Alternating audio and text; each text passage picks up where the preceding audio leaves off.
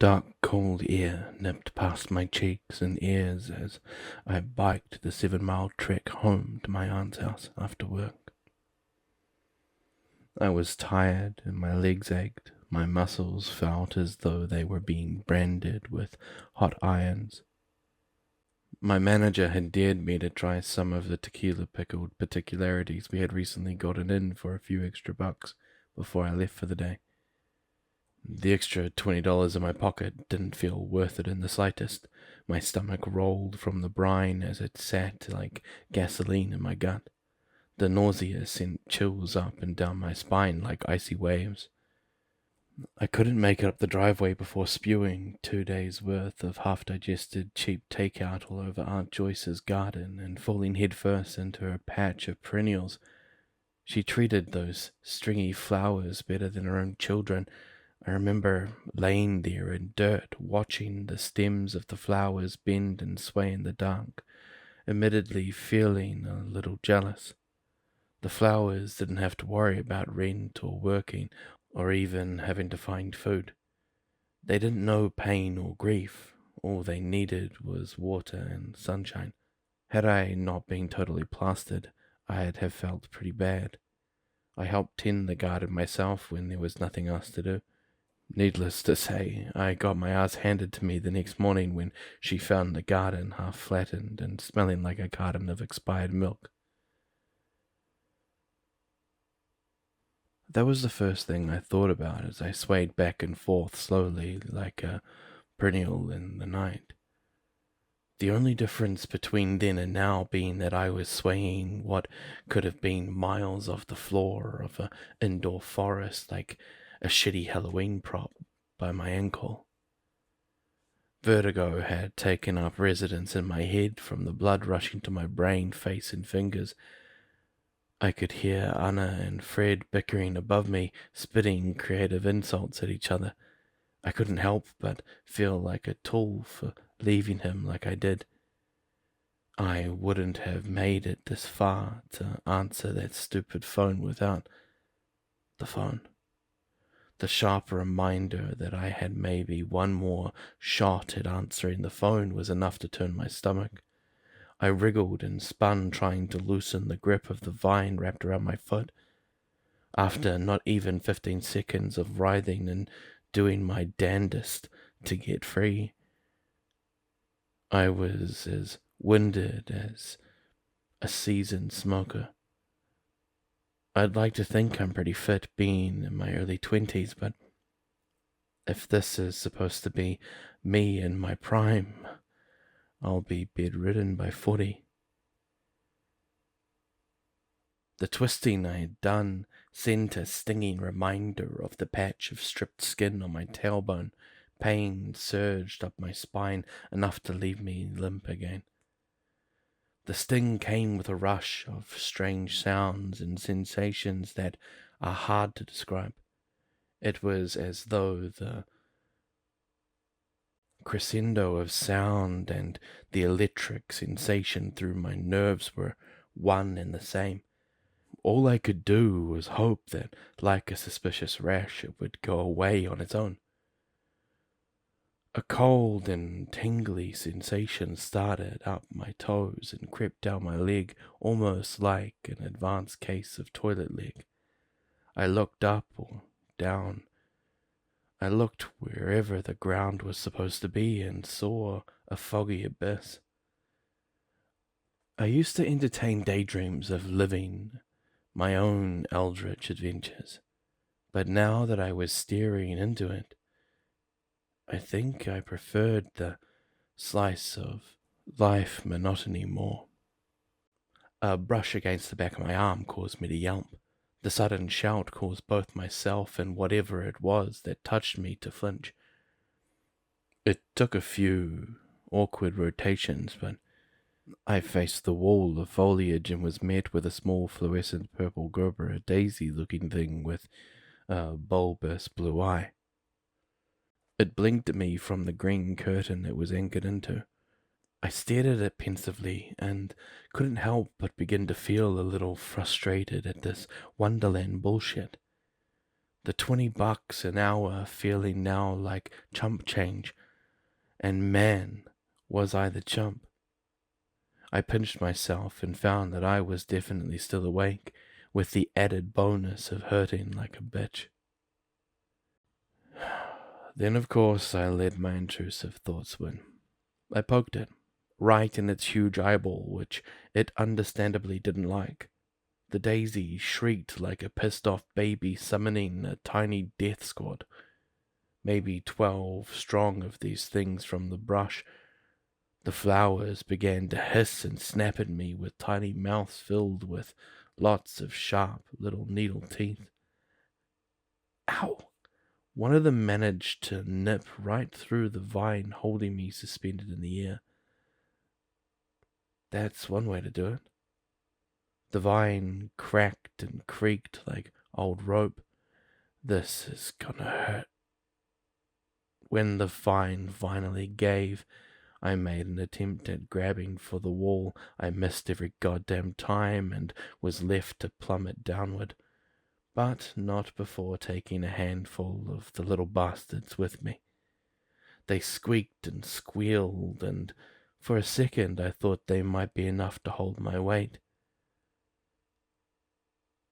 Yes, then followed the snap, snap, snap of their roots, and coming free, their little screeches pierced my damaged ears, but I only let go when I could hear and feel the same snaps, crackles, and pops in my legs. Then gravity did what it does best. The fall wasn't as far as it looked, but it wasn't short either. Upon impact, I felt the knuckles of my left hand touching the outer side of my arm. Either the bones of my hand had been turned into a small bag of croutons, or it was almost definitely broken. Prodding with my other hand revealed that, yep, it was definitely broken. I think I might have still had been partially numb from the pincher plant Slurpee, because I sure couldn't feel it yet. There's really something upsetting about seeing your hand wobble like an al dente pasta noodle. I did my best to splint it with a stick that hissed at me when I pulled it off the nearby tree. My fingers began turning purplish, and I thought it was best to wrap up the whole thing and just not look at it. I held my wrist close to my chest and hoped that whatever benefits I got from this job would cover my steadily growing medical bills. Looking up from where I had taken the plunge, I could barely see the pictures from here. Wherever I had fallen, it was darker than the rest of the garden. The foliage was denser and looked downright hostile. If it wasn't covered in big spiny leaves, it had spikes or bright colors announcing that it was almost definitely poisonous. If I really focused, I could hear layers of voices, as if I was standing in the middle of a city with crowds that only spoke in hushed whispers. That was probably just the concussion talking, though, or the onset of stress-induced psychosis. At that point, even if I did find the phone, I wasn't sure if I'd be able to escape. Typically, when my shift was over, I'd be blipped out of my department and end up somewhere in proximity to where I was when I had been clocked in. But I wasn't in my department this time. The thought of being stuck here and becoming a zombie pod person like Anna scared me. But looking back, it didn't scare me nearly as much as it should have. I mean, considering the other ways there are to die here, maybe becoming a plant puppet wouldn't be so bad. Like Anna's words, that idea came easy. It didn't race and bounce around in my head like the 1,000,001 other worries I had. It was like sap that was slowly leaching into the crevices of my mind and hardening like amber.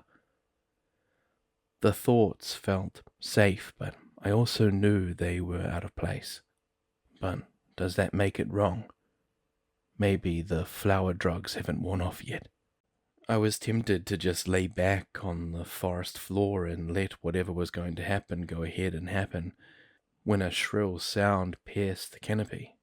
It wasn't the sound I was expecting. It wasn't the page. It was a scream followed by a barrage of Fred-branded swears. Your spider might have an photosynthesizing, finger-licking, hot topic shopping trash wagon. You'll be hearing from my lawyer. Followed by Fred, or half of Fred falling to the trees and vines, landing with a hollow thunk. Fred! Holy shit! Are you okay? In the short time I'd known him, I had never been so happy to see that plastic idiot. But he didn't respond, which was a first. There was a prolonged silence between me and his upper body. Fred, are you alright over there? Still nothing. Fred! I made my way over to him, slowly keeping my eyes on the canopy above us in case Anna decided to show up again. As I approached Fred, I could see his sweater had almost been shredded to pieces. There were deep scratches in his plastic, so deep it showed the white plaster underneath. But what caused my heart to sink was seeing that his head was now completely missing. Oh no. With that heavy realization came the last sliver of hope I had on getting out of here. So I laid down on the moss bed beside my dead friend, who was dubiously alive to begin with, and closed my eyes. I waited for the laws of retail distributed natural selection to come and take me, and waited some more. I had waited for about maybe 5 minutes before getting bored and sitting back up. Hey, what's a guy got to do to get some service around it? My moment of quiet acceptance of morality was broken by another shrill scream from the canopy, followed by something round being fastballed downward and making hard contact with my face. I won't bore anyone with the details on how much that sucked, but I made a mental note to add that to my list of comedic inconveniences that have happened to me working here thus far. Holy franks on a flatbread. That was my ride. Maxie, didn't you see that? I had been hit in the face with Fred's head. The treetops and vines above me spun and swayed for like the second or third time. The real gusher of a nosebleed I had causing me to spit and sputter. You jackass! I thought you were dead or some mannequin equivalent. You freaking crazy hunk of plastic. Fred's head rolled itself to face me. It was in a similar condition to his torso. The paint of his titanium white teeth had almost been scraped off completely, but the sly grin plastered across his face didn't falter despite its damage. He gave a sharp gasp and giggled like a deranged schoolgirl. Maxie, you think I'm a hunk? I picked him up and fought the urge to shake the shit out of him. Or maybe, if I was feeling extra spicy, punt him hard enough to disband the entire NFL. It wasn't until he spoke that I was reminded I was now hard of hearing. Or at least I was supposed to be. Fred's voice was clear as a bell. It would have been hard to read the lips of a guy whose lips didn't move. I should get paid just for dealing with you. I stuck him under my arm and hobbled with the fervor of an old man over to his torso that had somehow moved while I wasn't watching. It's funny that you say that. There used to be a guy with that job. Oh yeah? And what happened to him? I said with a grumble and gently set his head down next to his neck socket. Looking closer, I could see little black fibers in his neck hole. The fibers slowly angled themselves like therafluid towards his head. Cool, but also... oh. Fred fell quiet a moment, his eyes pointed towards his other half, then back to me. He then lowered his voice a few octaves to a tone I have yet heard him use since. "We ate him," he said. You what?" At first I wasn't sure I actually had caught what he had said right, but the way his eyes began boring into my own, I knew he didn't have to repeat himself. Fred stared for just long enough to make me reconsider if I should be afraid or not. The tension finally broke when he started practically howling with laughter. I quickly pressed his face into the moss bed to shut him up. "Shh, Jesus Christ!" He continued to laugh in a muffled frenzy for a moment longer before shaking himself free from my hand. Sorry. You should have seen your face. I'm just yanking your chain. We didn't need him." A poorly hidden sigh of relief escaped me. "Was he fired or something?" I asked as I tried and failed to stick him back together. "No, you don't get fired at ThetaMart. He was disassembled and repurposed. Just 'cause you don't thrive in one position doesn't mean you can't in another." That's an oddly positive way of looking at it. To hear that getting fired wasn't a means of escaping this place hit me harder than I let it show. There must not be a way out of my contract other than surviving it. The only other option is not to. This is probably going to sound stupid, but I took a moment to really consider if I wanted the answer to this question.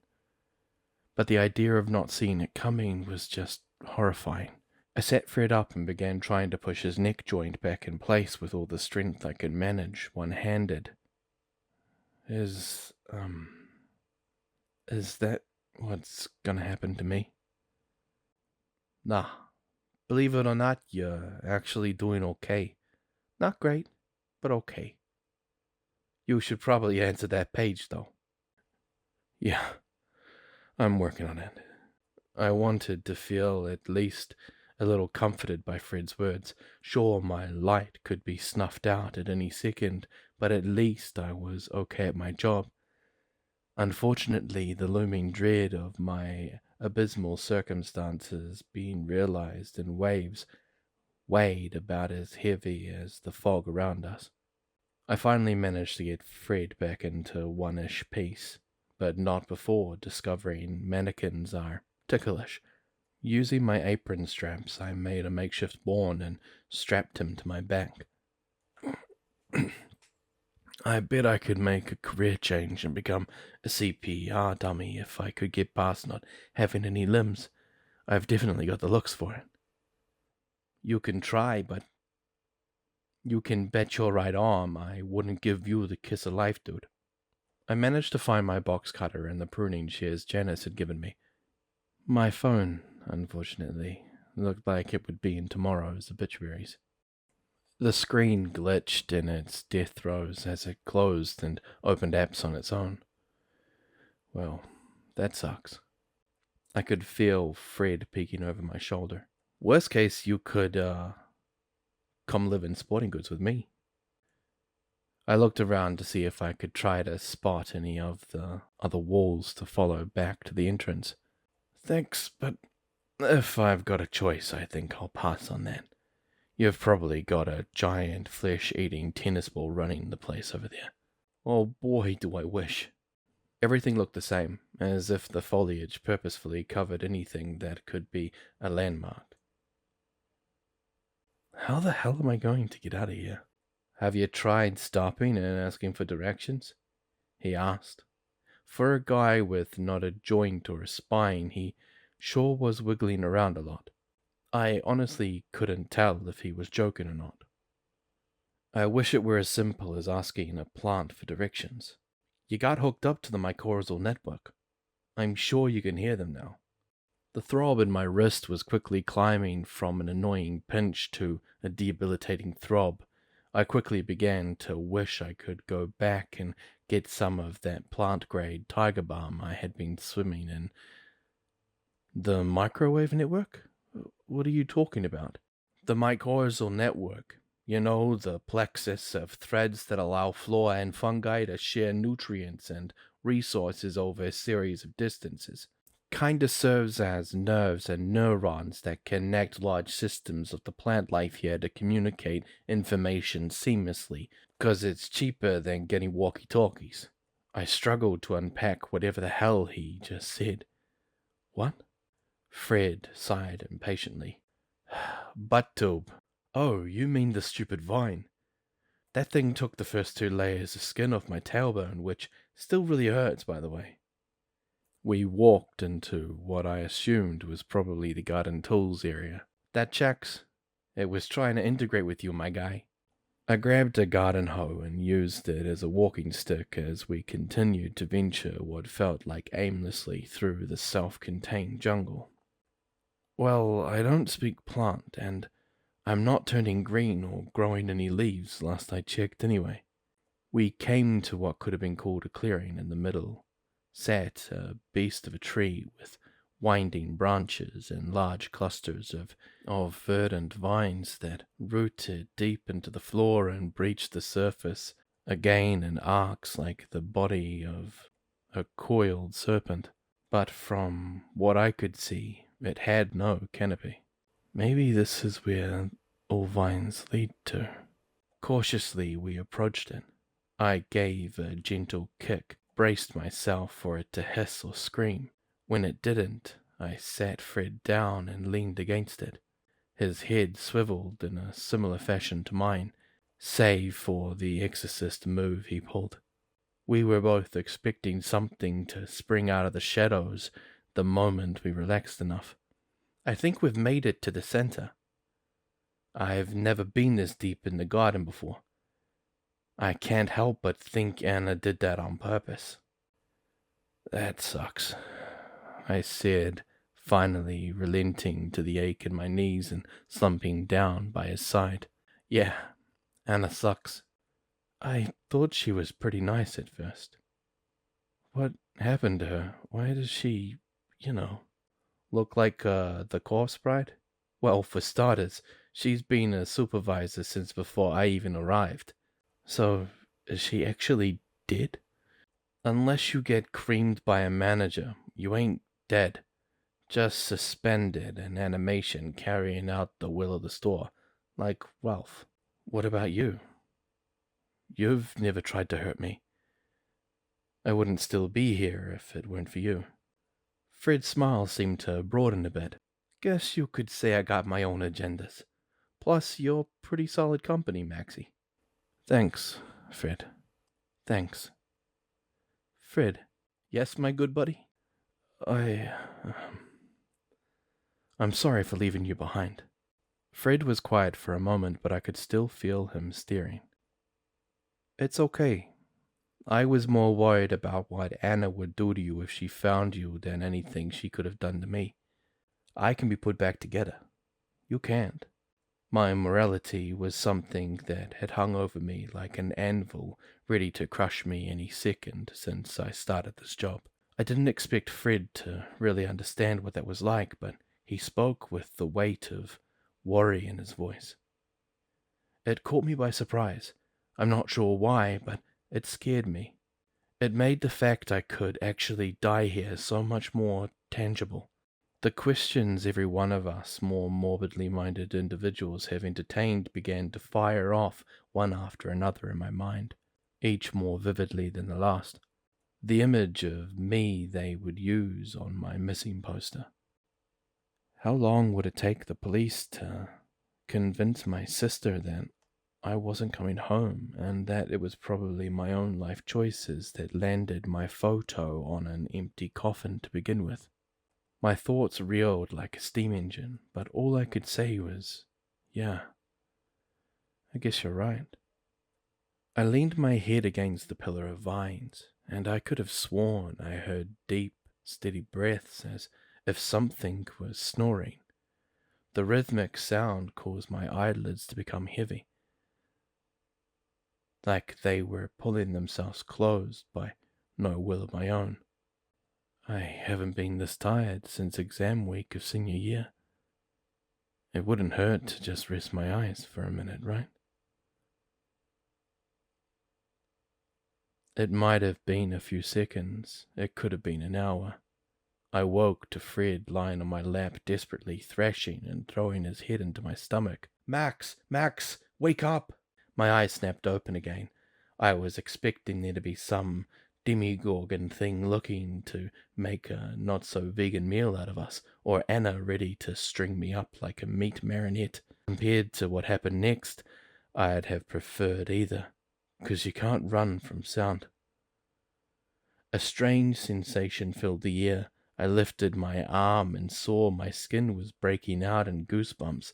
The atmosphere shift had the hairs on the back of my neck and arms stand to attention. Fred, of all the things to worry about, lightning can't strike us indoors, right? It's not lightning, pal. This is gonna be thunder.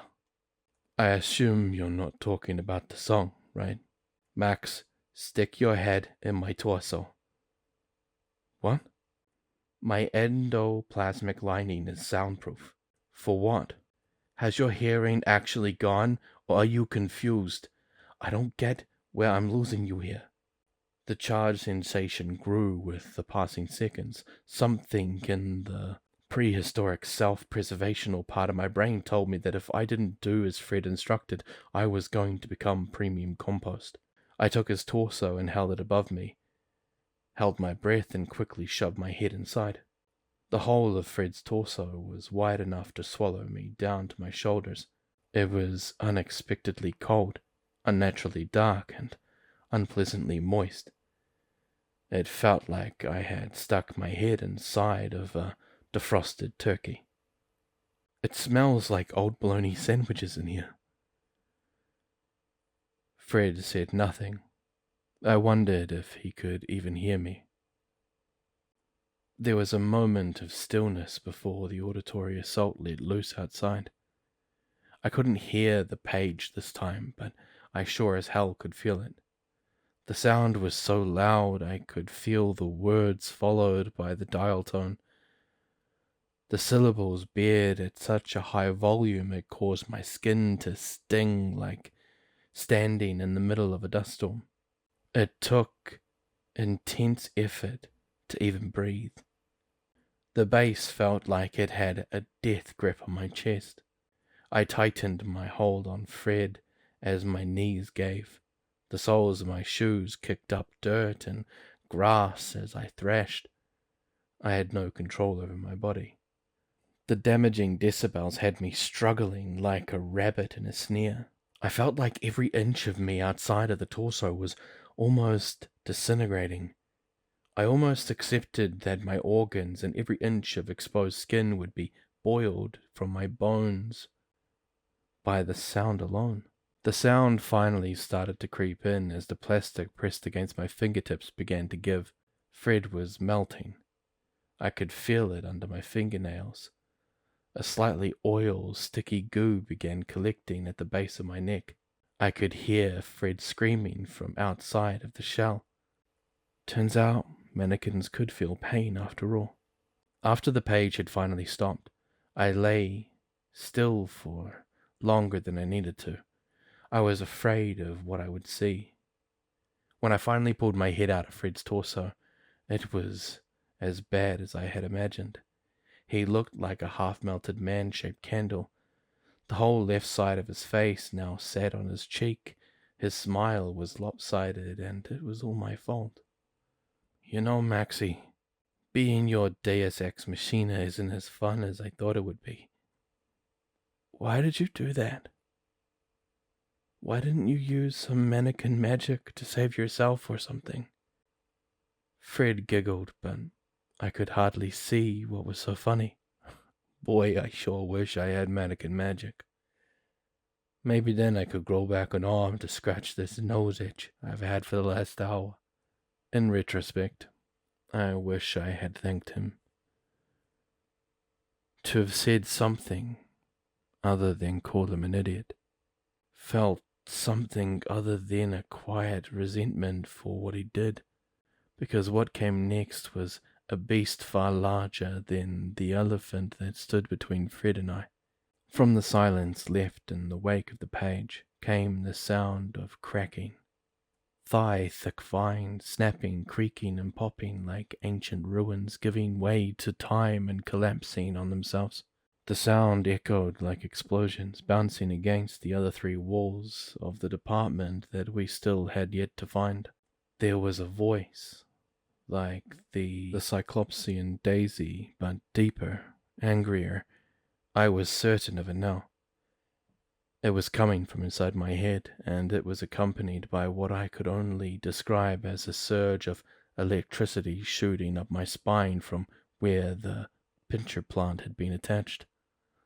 It didn't speak, but I could hear it, whispering, cursing, and its full intention was to rip me to pieces. A shape from the fog took form. It moved like a predatory cat on all 4s and almost as tall as the shelves around us. Atop of the massive body was an enormous, strikingly beautiful flower. I had never seen colors so vibrant, and I couldn't help but be frozen in awe. That was, of course, until I saw its jaws. The creature was endowed with jaws large enough to clamp down on a car and look strong enough to make quick work of it.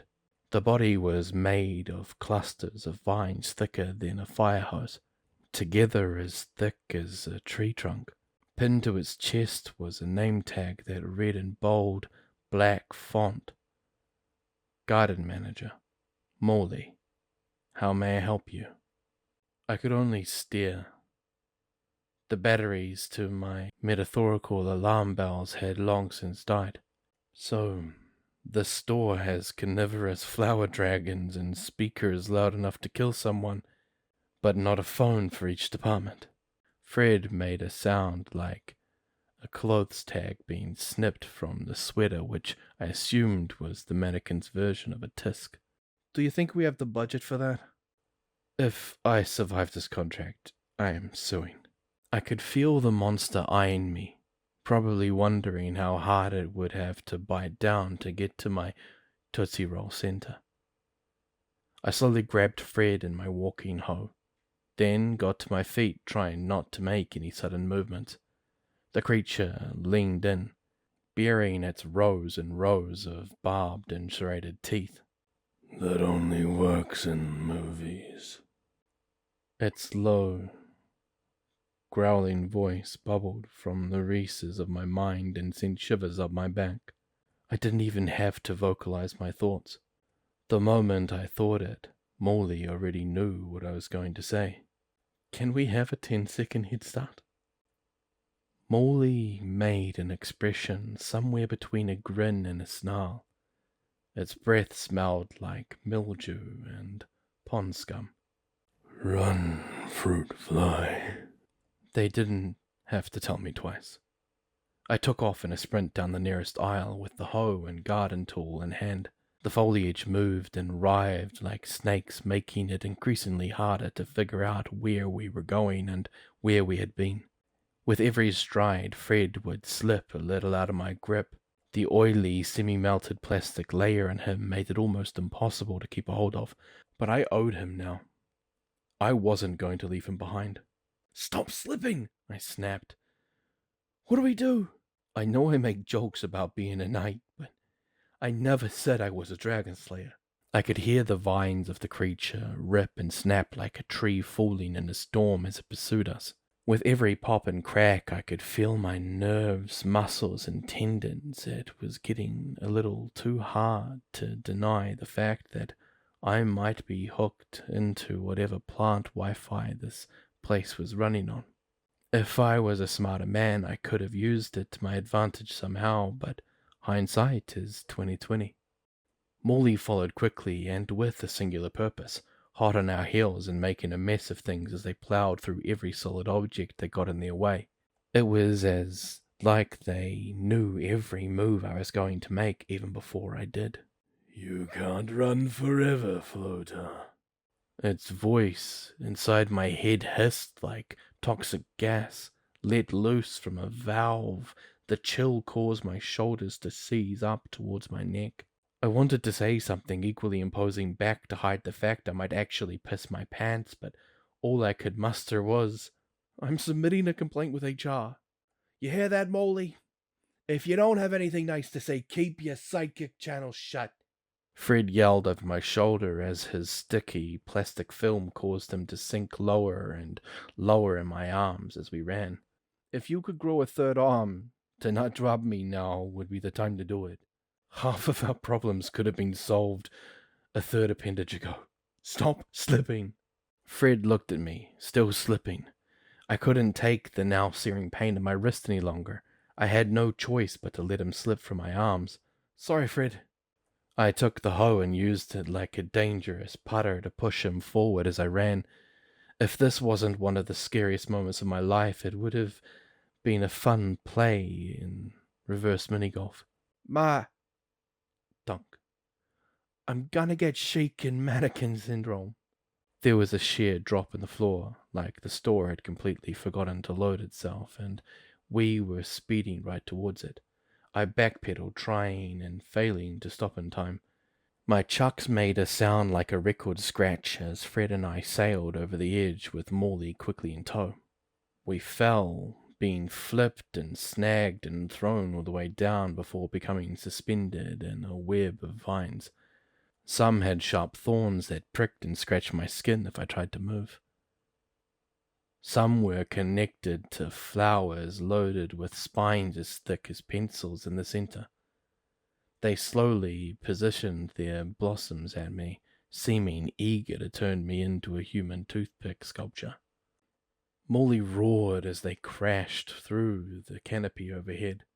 Their heavy body caused the lattice of vines to snap and shake until the beast was just as tangled as Fred and I. They hung contorted in the air, angled downward.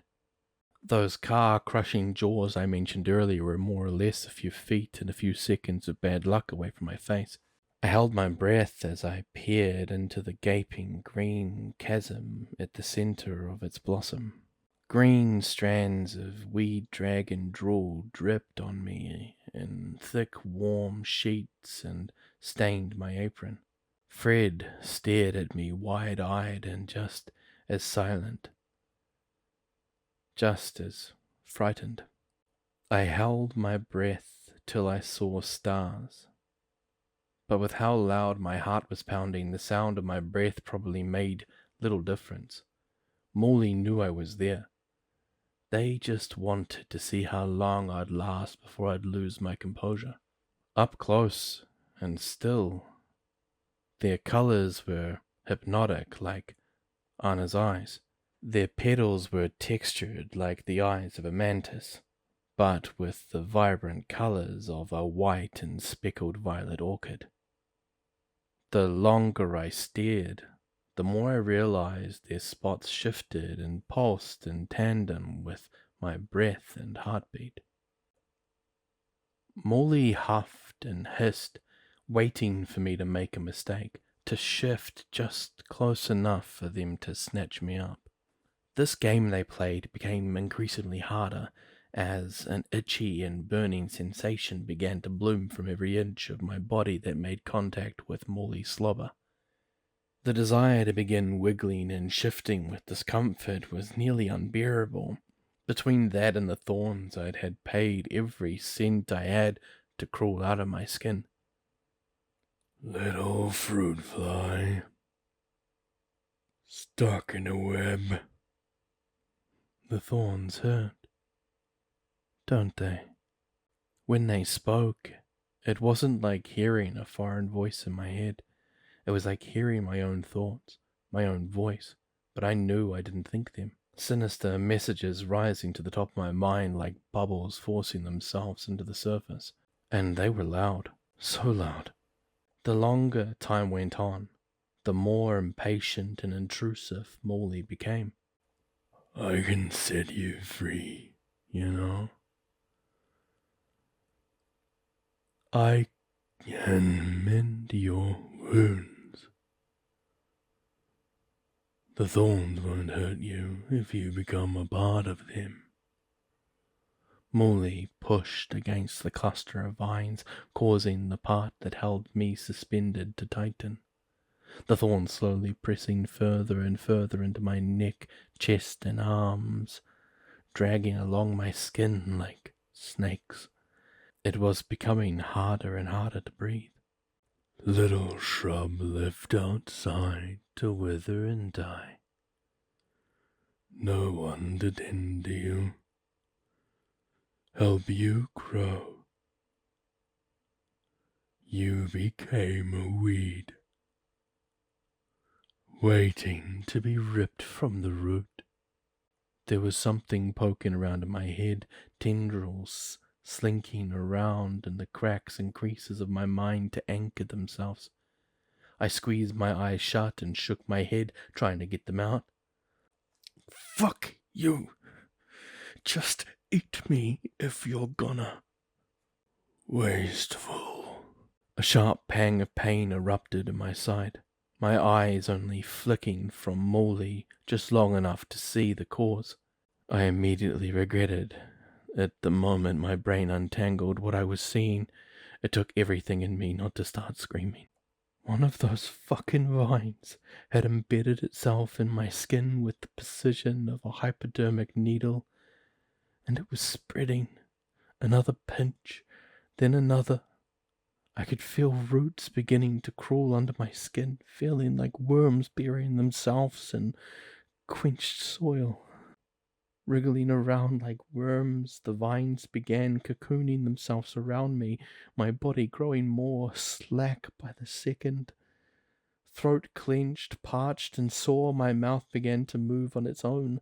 I sounded like I had been gargling gravel. Ripped out the root, I echoed. Flashes of moonlight, perennials began to play across my mind. They sway in the breeze. No pain, just water and sunshine. Just sunshine. The closer Molly got, the more they salivated. It was like having my head under a smelly hot slime tap. My eyes began to roll back. Weighted 8 balls in my head, feeling impossible to control. With the strength I had left, I twitched, trying to fight the sensation of the coils shaking around my insides, poking past my stomach, brushing against my lungs. The connection to the plexus now feeling raw and real, more real than myself or any of my memories. For a moment, I questioned if I was ever separate from it to begin with. The sensation of their insatiable desire to integrate everything I was rippled across my nerves. To learn all that I knew, to show me the power of nature and how small I was. I was just a simple cell, a tiny spark in the grand microism of the organism that lived within these walls. My life was so small, insignificant in the grand scheme of the plexus of Morley. Just a little fruit fly.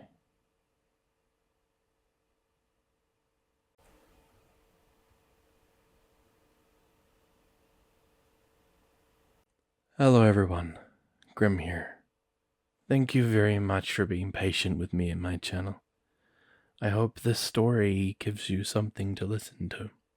This is part 4 of the incredible tale. Welcome to ThetaMart, the page. So far this is all I have, but I thought on Monday I would give you a reboot of the series so you can listen to that in one shoot, and then you can listen to today's video as a follow-on from there. It's a great series, great story. The author is amazing, actually a really good friend of mine, or at least I like to think so. Her details are in the description below. She's a talented artist as well. She did the thumbnail for this video. By that I mean I took her drawing and made it a thumbnail. But anyway, hey, her name is PinkInigma. That's her artistic channel. She does go by Anfield Mysteries as well on Reddit. I've just included the art stuff for now because I don't quite know what she wants me to share in relation to her stories yet. So I'll update that as time goes on. But yeah, I hope you enjoyed. Please continue to listen, and I'm going to have part 9, I think, of Somewhere Beneath Us coming out on Friday. Then I'll go back to doing some true stories, and then I'll slowly drip feed you Somewhere Beneath Us again. Thank you very much for putting up with my disappearance, and I'm glad to have you back. Anyway, talk to you soon. Oh, and before I forget, be safe wherever you are. Have an amazing night or day, and as always, I am Grimm, and I'm, well, signing off.